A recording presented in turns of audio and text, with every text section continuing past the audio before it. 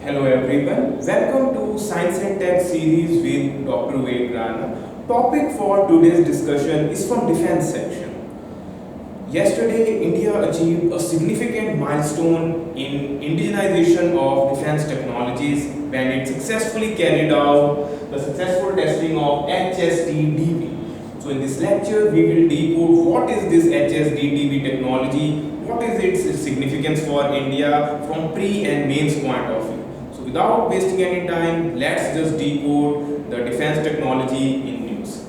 First of all, we have to decode the acronym, what this term exactly means. So it's not a too difficult term if you read it carefully. It stands for Hypersonic Technology Demonstration Vehicle. So it's a vehicle which is being used to carry some important missile technology, which happens to be the cruise one. Because we all know in our basic defense lectures we had discussed what's different between a ballistic and a cruise missile, and we had seen how cruise missile technology is critical for Indian defense needs because they are not easily detected by the conventional radar system which are air-based.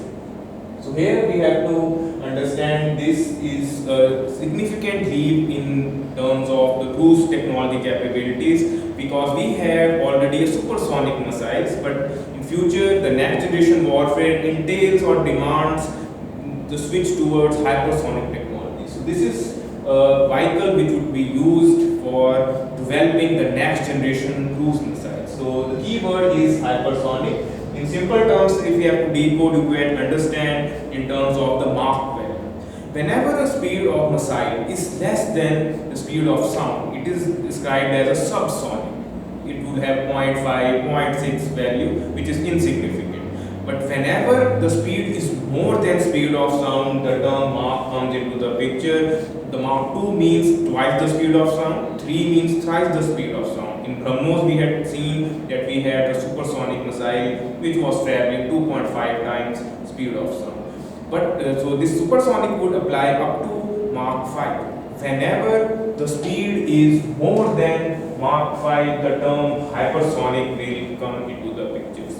This is quite a remarkable thing, object traveling 5 times the speed of sound and then crashing to the object.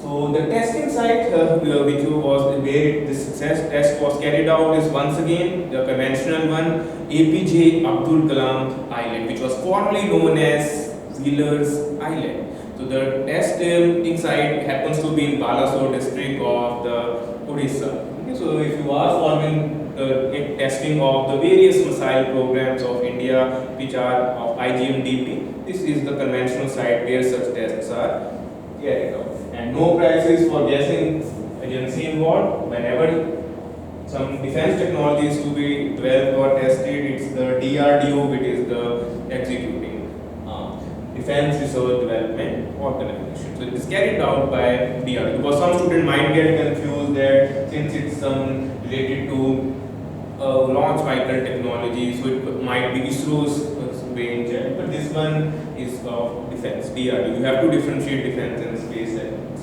Now, when you will have read by now this news in the all leading newspapers, you must have come across few terms which might be new one. Scramjet versus the ramjet engine technology, or you could say the supersonic, hypersonic, which I have already decoded. So the first initial statement in all leading newspapers has been that this HSTDV was powered by or it was fueled by the Scramjet engine, which happens to be the indigenization version this time.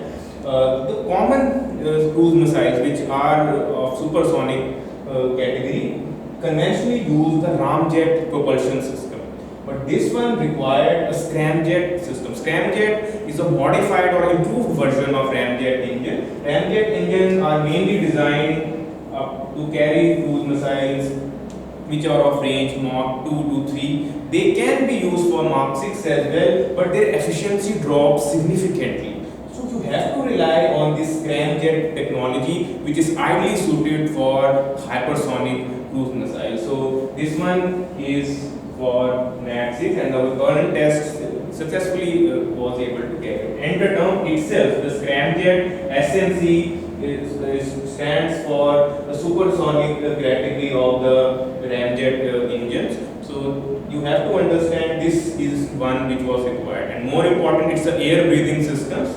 They use atmospheric oxygen for as an oxidizer, so it helps in reducing the payload as well. Otherwise, in the conventional technologies, you have to carry a fuel and oxidizer, which pushes the cost as well as the weight. But when you are using atmospheric oxygen as oxidizer, it helps in the cost benefit analysis. So this is the another dimension. Even though if you don't go in too deep into this dynamics, it's well acceptable.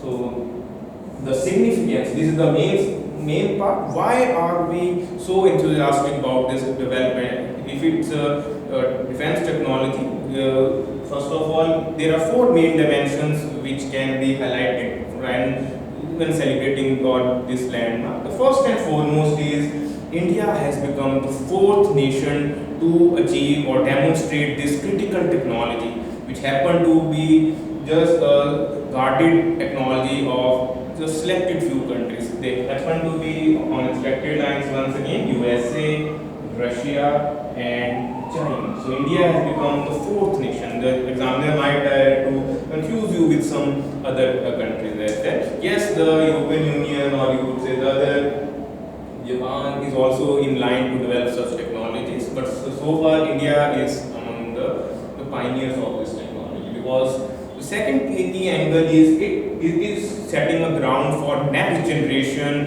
hypersonic, you could say the cruise missile systems. So this will catapult India into the major defense maker of the world. The third significant is it's a dual use technology. It's not that it will be only used for destructive purposes. This can also be used to launch satellites at low cost, because the Scramjet dynamics we have just discussed, ISRO has also was the pioneer in developing this system for India. So this has a dual purpose. So this comes in handy for civilian purposes as well. And fourth and foremost, which is highlighted in media, it is a giant leap in the indigenization of defense technologies.